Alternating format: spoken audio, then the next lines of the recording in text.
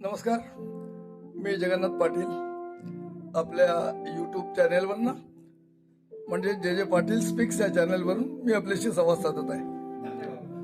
आज 26 जानेवारी 2026 बरोबर 75 वर्षापूर्वी आपल्याला प्रजासत्ताक स्वातंत्र्य मिळालं.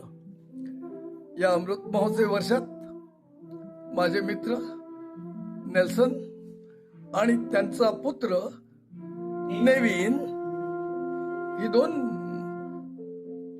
बासरीवादक आणि पियानोवादक आज जनगणमन सादर करून आपल्या देशाला ट्रिब्यूट टू द नेशन देत आहेत.